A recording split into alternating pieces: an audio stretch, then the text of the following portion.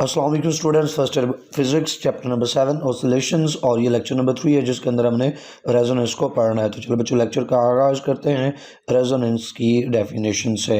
Resonance क्या चीज़ है? Resonance है बच्चों increase in amplitude of a vibrating body. एक बॉडी जो वाइब्रेट कर रही है उसके एम्पलीट्यूड में इंक्रीज आ जाना। अब अगला सवाल पैदा होता है कि कब इंक्रीज आएगा? तो जवाब है कि जब उस बॉडी के ऊपर कोई फोर्स एक्ट करेगी तब उसके एम्पलीट्यूड में इंक्रीज आना है। तो फिर एक सवाल पैदा होता है कि क्या हर फोर्स एक्ट करेगी तो रेजोनेंस हो जाएगी, एम्पलीट्यूड इंक्रीज हो जाएगा?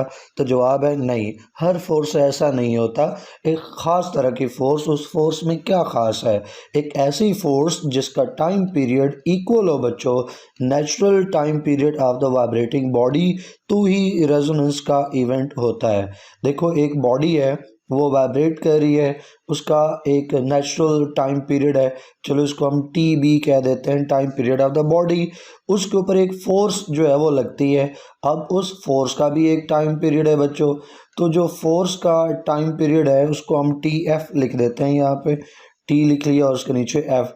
तो उस जो बॉडी वाइब्रेटिंग बॉडी है उसका नेचुरल टाइम पीरियड, उसके ऊपर लगने वाली एक फोर्स है उसका भी एक अपना टाइम पीरियड है। अगर ये दोनों इक्वल हो जाएं तो फिर वो वाइब्रेटिंग बॉडी बच्चों एनर्जी एब्जॉर्ब करेगी। वो एनर्जी एब्जॉर्ब करने पे उसका एम्पलीट्यूड जो है वो इंक्रीज हो जाएगा, और जब एम्पलीट्यूड इंक्रीज हो जाएगा तो हम कहेंगे कि रेजोनेंस का इवेंट अकर हुआ।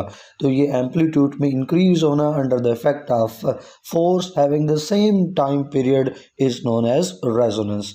अब क्या खाली टाइम पीरियड ही इंक्रीज कर सकता है एम्पलीट्यूड और वही रेजोनेंस ला सकता है?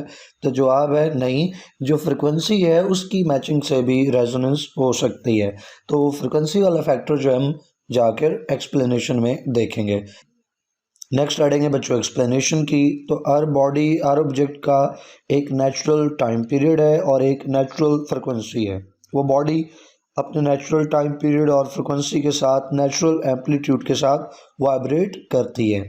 जब उस वाइब्रेटिंग बॉडी के ऊपर बाहर से एक्सटर्नली फोर्स अप्लाई हो और उस फोर्स का टाइम पीरियड उस बॉडी के नेचुरल टाइम पीरियड के इक्वल हो तो फिर वो बॉडी एनर्जी एब्जॉर्ब करेगी, और जब वो एनर्जी एब्जॉर्ब करेगी तो डेफिनेटली उसका एम्पलीट्यूड इंक्रीज होगा। इसको हम रेजोनेंस का फिनोमेनन कहते हैं। रेजोनेंस खाली जो टाइम पीरियड है उसके मैचिंग से नहीं होती, फ्रिक्वेंसी की मैचिंग से भी जो रेजोनेंस है उसका फिनोमेनन जो है वो हो सकता है। Resonance can also occurs when applied force जो है उसकी फ्रिक्वेंसी इंटीग्रल मल्टीपल हो नेचुरल फ्रिक्वेंसी ऑफ बॉडी का। क्या मतलब इसका? फर्ज कर लो जो बॉडी है उसकी नेचुरल फ्रिक्वेंसी f1 है, तो फिर जो उसके ऊपर लगने वाली फोर्स है उसकी फ्रिक्वेंसी f1 हो तो भी रेजोनेंस हो जाएगी। उस फोर्स की फ्रिक्वेंसी f1 का 2 गुना हो, डबल हो, तो भी रेजोनेंस हो जाएगी।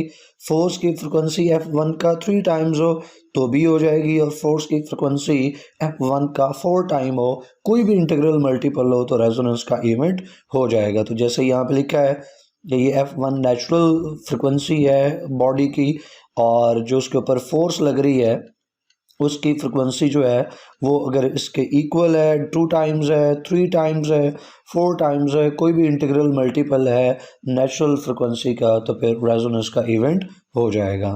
नेक्स्ट मूव करते हैं बच्चों, एक एक्सपेरिमेंट देखते हैं।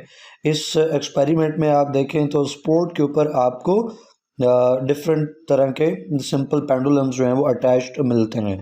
यहाँ पे इन 5 सिंपल पेंडुलम्स हैं ABCD, और अगर आप गौर करें तो जो पेंडुलम ए और बी है बच्चों इनकी लेंथ इक्वल है, और पेंडुलम सी और डी की लेंथ जो है वो इक्वल है।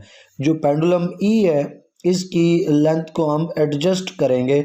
एक केस के अंदर हम इसकी लेंथ को ए बी के इक्वल करेंगे और दूसरे केस में इसकी लेंथ को हम डी और सी के इक्वल करेंगे।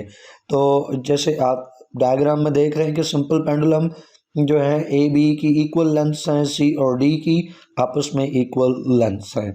केस 1 के अंदर हम जो अपना पेंडुलम है पेंडुलम ई उसको इक्वल लेंथ करेंगे पेंडुलम ए और बी के, यानी केस 1 के अंदर जो पेंडुलम ई है उसकी लेंथ जो है वो इक्वल होनी चाहिए बी और ए के।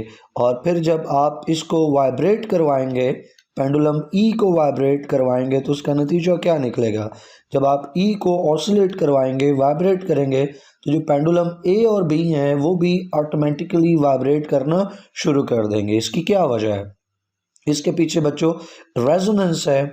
जो ई है उसने रेजोनेट करवाया है ए और बी को, लेकिन सी और डी जो है वो रेजोनेट नहीं करेंगे, सिर्फ केस 1 में ए और बी रेजोनेट करेंगे। इसकी क्या वजह है? इसकी वजह यह है कि ई की जो लेंथ है वही लेंथ ए और बी की है, लिहाजा जब ई वाइब्रेट हुआ है, ई ने ऑसिलेट किया है, तो ई का जो टाइम पीरियड है वही टाइम पीरियड ए और बी का भी था, क्योंकि सेम लेंथ्स हैं, लिहाजा ए और बी ने भी ऑसिलेट करना शुरू कर दिया, उनके एम्पलीट्यूड में भी इंक्रीज आ गया, उन्होंने एनर्जी ऑब्जॉर्ब की और वाइब्रेशंस स्टार्ट कर दी हाई एम्पलीट्यूड के साथ, ग्रेटर एम्पलीट्यूड के साथ। जो सी और डी हैं वो केस 1 के अंदर वाइब्रेट नहीं करेंगे, उन पर कोई असर नहीं पड़ेगा। उसकी वजह कि सी और डी की चूँकि लेंथ्स डिफरेंट हैं, लिहाजा उनके नेचुरल जो टाइम पीरियड्स हैं वो भी डिफरेंट हैं। नेक्स्ट केस 2 की बात करें तो केस 2 में आप पेंडुलम ई को इक्वल कर देंगे बच्चों सी और डी के। अब जब आप ई को वाइब्रेट करवाएंगे, ऑसिलेट करवाएंगे, तो जो पेंडुलम सी और डी हैं वो ऑटोमेटिकली वाइब्रेट करेंगे, उनका एम्पलीट्यूड जो है वो इंक्रीज हो जाएगा। क्या वजह है? Same reason, resonance. इस केस के अंदर जो केस 2 है, ए और बी वाइब्रेट नहीं करेंगे, सिर्फ ई के साथ सी और डी वाइब्रेट करेंगे। उसकी क्या वजह है? क्योंकि केस 2 के अंदर सी और डी और ई तीनों की लेंथ्स जो है वो इक्वल हैं, तो जो ई का टाइम पीरियड है वही नेचुरल टाइम पीरियड सी और डी का था, क्योंकि सेम लेंथ्स हैं, लिहाजा सी और डी वाइब्रेट करना शुरू हो गए जब ई ने ऑसिलेट किया। लेकिन ए और बी की चूँकि लेंथ्स इस बार केस 2 में ई से डिफरेंट है, लिहाजा ई के वाइब्रेट करने से, सी और डी के वाइब्रेट करने से ए बी को कोई फ़र्क नहीं पड़ेगा, क्योंकि उनकी लेंथ्स डिफरेंट हैं, लिहाजा उनके नेचुरल टाइम पीरियड्स भी डिफरेंट हैं। आई होप कि समझ आया होगा। नेक्स्ट हेडिंग है बच्चों एडवांटेज ऑफ रेजोनेंस। चूँकि यहाँ आप फोर्स अप्लाई करके किसी दूसरी बॉडी को रेजोनेट करवा सकते हैं, मतलब उसको आप वाइब्रेट करवा सकते हैं, तो ये अगर आप रेजोनेंस कंट्रोल कर लें तो जो कंट्रोल रेजोनेंस है उसकी मदद से आप किसी बॉडी को मनचाही फ्रिक्वेंसी के ऊपर वाइब्रेट करवा सकते हैं। किसी ऑब्जेक्ट को जिस फ्रिक्वेंसी के ऊपर आप वाइब्रेट करवाना चाहें, ऑसिलेट करवाना चाहें, करवा सकते हैं। इसकी example tuning of radio station है कि जब आप रेडियो सेट की ट्यूनिंग करते हैं और आप अपने रेडियो सेट को एक ख़ास फ्रिक्वेंसी के ऊपर वाइब्रेट करवाते हैं, ऑसिलेट करवाते हैं due to the phenomenon of resonance. Next heading है बच्चों डिसएडवांटेजेस की। जारी बात है कि रेजोनेंस के एडवांटेजेस तभी होंगे जब रेजोनेंस कंट्रोल्ड है, कंट्रोल्ड इन्वायरमेंट में है, लेकिन जब अनकंट्रोल्ड इन्वायरमेंट में रेजोनेंस होगी, आपके कंट्रोल में नहीं है, तो ये डिस्ट्रक्शन काज कर सकती है, डिसएडवांटेजेस ला सकती है। रेजोनेंस किसी बॉडी का एम्पलीट्यूड इस हद तक इंक्रीज कर सकती है कि वो बॉडी कोलैप्स कर सकती है। मिसाल के तौर पे marching of army on bridge, एक ब्रिज है, उसकी एक नेचुरल फ्रिक्वेंसी है, नेचुरल टाइम पीरियड है, उसके ऊपर आर्मी गुजर रही है मार्च करती हुई, तो आर्मी के मार्च का टाइम पीरियड अगर ब्रिज के नेचुरल टाइम पीरियड के इक्वल हो जाए तो रेजोनेंस हो जाएगी और ब्रिज कोलैप्स कर सकती है, हादसा हो सकता है। इसी तरह से अगर मार्च की फ्रिक्वेंसी ब्रिज की नेचुरल फ्रिक्वेंसी का इंटीग्रल मल्टीपल हो जाती है तो भी रेजोनेंस हो जाएगी और एम्पलीट्यूड ब्रिज का इंक्रीज होगा। ब्रिज अगर कोलैप्स कर जाती है तो हादसा हो सकता है और पास में ऐसे हादसे हो चुके हैं। नेक्स्ट बच्चों एप्लीकेशंस में अब कुछ और चीज़ें देखते हैं। एडवांटेजेस हैं तभी हम इसको कह रहे हैं कि रेजोनेंस की ये एप्लीकेशंस हैं, तो इनको भी आप एडवांटेजेस में ऐड कर सकते हैं और यहाँ पे हम अलग से उसी जो एडवांटेजेस हैं यानी कंट्रोल्ड रेजोनेंस का इस्तेमाल करना है उसको under the heading of application सीख रहे हैं। तो सबसे पहले जो एप्लीकेशन है वो रेडियो और रेजोनेंस का ताल्लुक है। रेडियो ट्यूनिंग जो है बेसिकली रेजोनेंस के फिनोमेनन की मदद से पॉसिबल है।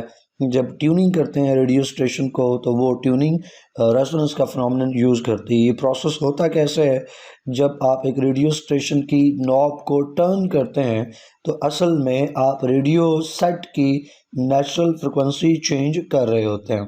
मैं यहाँ पे एक फिगर छोटा सा बना के आपको दिखा भी देता हूँ। मिसाल के तौर पे यहाँ पे एक रफ सा रेडियो सेट जो है हम ड्रॉ करें तो उसका जो फ्रंट व्यू है उसमें आपको आमतौर पे दो हिस्से मिलते हैं। एक हिस्से के अंदर आपको जो है वो स्पीकर मिलता है और उसमें से साउंड बाहर आ रहा होता है, और दूसरे हिस्से में यहाँ पे एक चार्ट होता है जिसके ऊपर फ्रिक्वेंसीज लिखी होती हैं, डिफरेंट फ्रिक्वेंसीज जो उस रेडियो सेट के अंदर एग्जिस्ट कर सकती हैं। और यहाँ पे एक नीडल है और नीडल जो है वो यहाँ पे एक नॉब के साथ अटैच्ड होती है। जब आप नॉब को टर्न करते हो तो नीडल जो है वो अप या डाउन जो है वो मूव करती है based on your turning direction. तो जब आप नॉब को टर्न कर रहे होते हो तो एक्चुअली सेट के अंदर, रेडियो सेट के अंदर, रेडियो सेट की जो नेचुरल फ्रिक्वेंसी है वो चेंज हो रही होती है और बाहर से रेडियो वेव्स आ रही हैं। यहाँ पे हम एंटीना भी बना सकते हैं, तो एंटीना अगर बना लें तो यहाँ पे रेडियो वेव्स जो हैं वो एंटीना की तरफ पहुँच रही है। अब फ़र्ज़ कर लो जो रेडियो वेव आ रही है, ये हम एग्जैक्ट नहीं ले रहे, फ़र्ज़ी एक नंबर ले रहा हूँ, फ़र्ज़ कर लो 92 किलो हर्ट्ज़ जो है, ये चल किलो के साथ ही ले लेते हैं हम। 92 किलो हर्ट्ज़ जो है वो फ्रिक्वेंसी आ रही है रेडियो स्टेशन से, जहाँ रेडियो स्टेशन ऑपरेट हो रहा है उसके ट्रांसमीटर से 92 किलो हर्ट्ज़ की फ्रिक्वेंसी आ रही है, इसके ऊपर साउंड आ रहा है। अगर इस साउंड को आप सुनना चाहते हैं तो इस रेडियो सेट की फ्रिक्वेंसी भी कितनी होनी चाहिए, 92 किलो हर्ट्ज़ की होनी चाहिए। तो आप अपनी नॉब को एडजस्ट करते हैं और इसको यहाँ पे नीडल को 92 के ऊपर लेके आते हैं। 92 के ऊपर जब लाएंगे तो इसकी फ्रिक्वेंसी भी 92 किलो हर्ट्ज़ हो जाएगी रेडियो सेट की। अब जारी बात है रेडियो सेट की फ्रिक्वेंसी और आने वाली जो वेव्स हैं उनकी फ्रिक्वेंसी इक्वल हो चुकी है, लिहाजा रेडियो सेट के अंदर रेजोनेंस का इवेंट होगा और ये एनर्जी एब्जॉर्ब करेगा, मैक्सिमम एनर्जी एब्जॉर्ब करेगा और एक रेडियो स्टेशन आप 92 किलो हर्ट्ज़ की फ्रिक्वेंसी के ऊपर आप सुन सकेंगे। तो ये ट्यूनिंग है। नीचे भी सब कुछ यही लिखा है कि जब फ्रिक्वेंसी मैच कर जाए तो एब्जॉर्प्शन ऑफ एनर्जी होती है रेजोनेंस की वजह से और एक रेडियो स्टेशन आप सुन पाते हैं। उसके बाद दूसरी जो एप्लीकेशन है बच्चों, मैग्नेटिक रेजोनेंस इमेज है, MRI। ये डायग्नोस्टिक टेस्ट है, यकीनन सभी लोगों ने इसको सुन रखा होता है, ये बहुत कॉमन है आजकल। तो MRI एक डायग्नोस्टिक टेक्निक है मेडिकल फील्ड्स के अंदर। इसका प्रोसेस किस तरह से होता है बच्चों, तो इसके प्रोसेस में भी हम वेव्स यूज़ करेंगे। कौन सी वेव्स यूज़ कर रहे हैं, रेडियो वेव्स। यहाँ रेडियो वो वाला रेडियो नहीं है जिसके ऊपर बात कर रहे थे, यहाँ रेडियो वेव्स की बात हो रही है। रेडियो वेव्स कौन सी, जिनकी स्ट्रॉन्ग फ्रिक्वेंसी है, हाई फ्रिक्वेंसी वाली रेडियो वेव्स यूज़ करेंगे, उनको स्ट्राइक करेंगे जो ब्रेन के टिश्यूज़ हैं, टिश्यूज़ के अंदर सेल्स हैं, सेल्स के अंदर कंपाउंड्स हैं, कंपाउंड्स में मालिक्यूल्स, मालिक्यूल्स के अंदर एटम्स हैं, एटम्स के अंदर न्यूक्लियाई हैं। तो वो जो स्ट्रॉन्ग वेव्स आ रही हैं, रेडियो वेव्स आ रही हैं, वो वाइब्रेट करवाती हैं, रेजोनेट करवाती हैं न्यूक्लियाई ऑफ एटम्स को। न्यूक्लियाई ऑफ एटम्स जब रेजोनेट करेंगे तो उसका क्या मतलब है कि मॉलिक्यूल जो है वो मैक्सिमम एनर्जी एब्जॉर्ब करेंगे। तो जो पैटर्न है एनर्जी एब्जॉर्प्शन का ब्रेन सेल्स में, ब्रेन टिश्यूज़ में, उसको फीड किया जाता है, दिया जाता है एक कंप्यूटर को, और कंप्यूटर जो है उसके अंदर जो प्रोग्राम है, जो सॉफ्टवेयर है, उस डाटा को लेके, उस पैटर्न ऑफ एनर्जी एब्जॉर्प्शन को लेके एक फ़ोटोग्राफ जो है वो जनरेट करता है, जिसको MRI हम कहते हैं। लास्ट के ऊपर बच्चों जो है नंबर 3 के ऊपर cooking of food and resonance है। तो जो माइक्रोवेव ओवन है बच्चों वो भी रेजोनेंस के फिनोमेनन के ऊपर ऑपरेट करता है।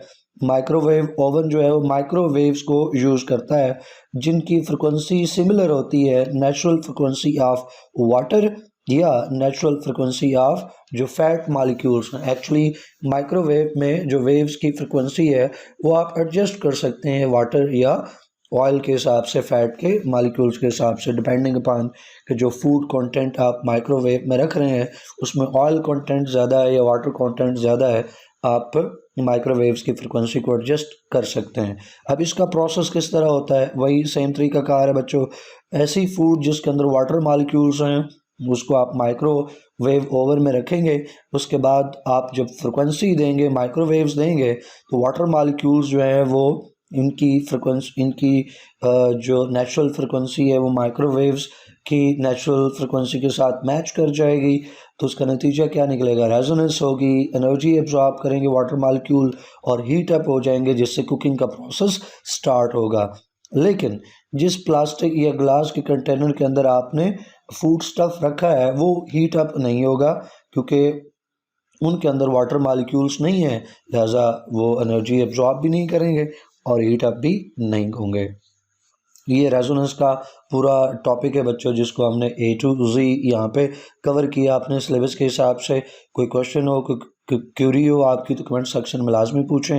वीडियो को लाइक करना है, फ्रेंड्स और फैमिलीज के साथ शेयर करना है, और चैनल पे अगर आप नए हैं तो सब्सक्राइब करना मत भूलें। बेल आइकन भी प्रेस करें ताकि नेक्स्ट लेक्चर्स जो हैं उनका नोटिफिकेशन भी आपको मिल सके। टिल नेक्स्ट वीडियो, अल्लाह हाफिज़।